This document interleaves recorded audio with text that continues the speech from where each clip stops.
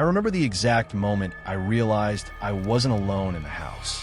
It was a Tuesday night around 10:30. My parents had gone out to attend a wedding in another city, and they weren't coming back until the next afternoon. I'd been alone before, so it didn't bother me. I made some instant noodles, watched random videos, and left the TV running in the background just to fill the silence. Around 10, I locked all the doors like I always do. I even double-checked the back door because it sometimes didn't latch properly unless you pushed it hard. Everything felt normal. At around 10:30, I went to the kitchen to grab water. As I walked past the back door, I noticed something that made me stop. The door wasn't fully closed. It wasn't wide open either, just slightly pushed inward like it hadn't been shut properly. I stood there for a few seconds, staring at it, trying to remember if I had maybe rushed earlier and didn't close it properly. It felt possible. I do that sometimes. Still, something about it didn't sit right. I slowly pushed the door shut and locked it again, this time making sure I heard the click. I even pulled on it to confirm it was secure. Then I went back to the living room. About 5 minutes later, I heard something.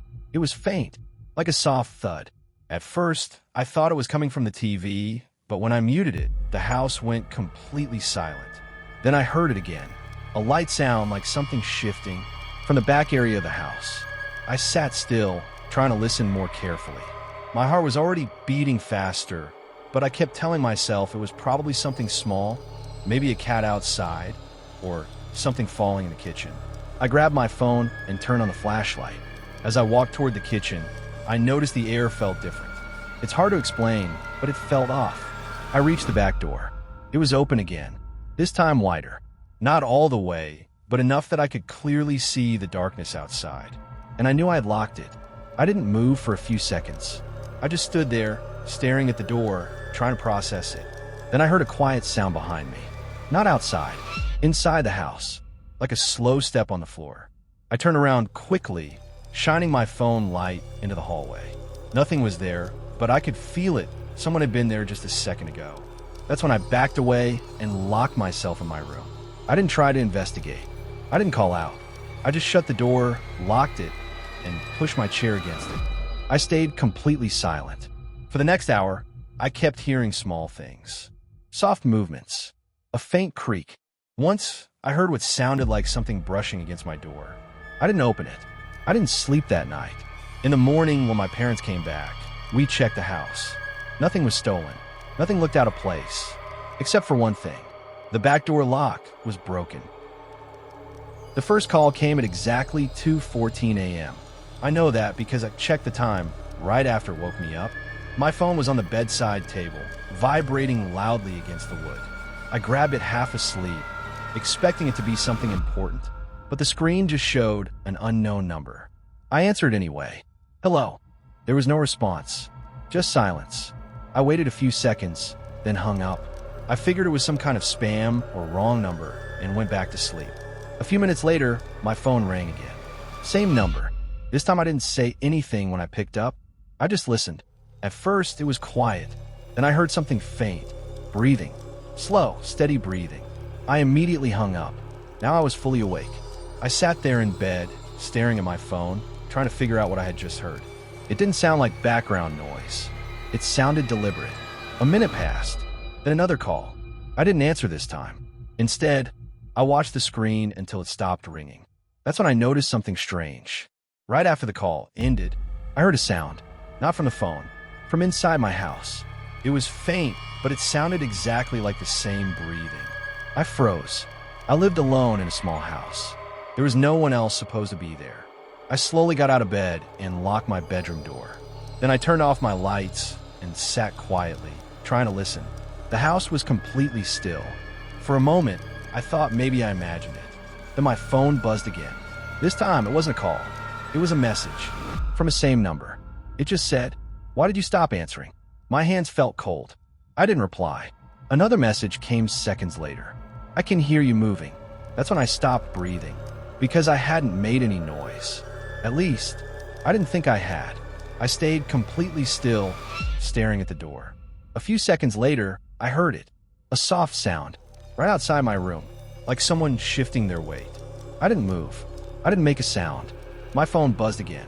"You're in your room." I didn't open the door. I didn't respond. I just sat there until morning. When I finally checked the rest of the house, everything looked normal. Doors were locked. Windows were closed. No sign of anyone. But later that day, I checked my call history. The number that had been calling me didn't exist. Story 3. The closet.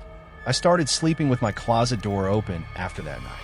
Not because I wanted to, but because closing it felt worse. It started around midnight. I was lying in bed, scrolling on my phone when I heard a light tapping sound. At first, I thought it was coming from outside, maybe something hitting the window. But when I paused and listened carefully, it was definitely inside my room. 3 soft taps, then silence. I sat up and looked around. Everything looked normal. Then I heard it again. 3 taps. This time, I realized where it was coming from. My closet. I got out of bed slowly and walked over to it. My room was quiet except for the faint sound of my ceiling fan. I stood in front of the closet door for a few seconds. Then I opened it. Nothing. Just clothes hanging normally. Shoes on the floor. Everything exactly where it should be. I felt a little stupid, so I closed it and went back to bed. A few minutes later, the tapping came back. 3 taps. Pause. 3 taps. Now it felt intentional. I didn't get up this time. I just stared at the closet door from my bed, waiting. The tapping stopped, but something else happened. The door moved, just slightly, like it shifted on its own. I sat up again, my eyes fixed on it. The door slowly opened, just a little. Not all the way, just enough to create a small gap. I didn't remember leaving it like that. I stayed completely still, watching it, and then I noticed something inside. A shape, not clear, just something darker than the rest, standing behind the clothes. I didn't move. I didn't even blink. After a few seconds, the shape shifted slightly. That's when I grabbed my phone and turned on the flashlight. I pointed it straight at the closet. There was nothing there, just clothes, completely still. But something felt wrong. I got up, walked over, and checked carefully. No one was inside. No space for anyone to hide.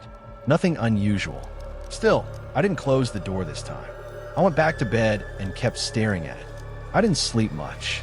At some point early in the morning, I must have drifted off. When I woke up, the closet door was fully closed. And on the outside of it, there were 3 small marks, like someone had tapped from the inside.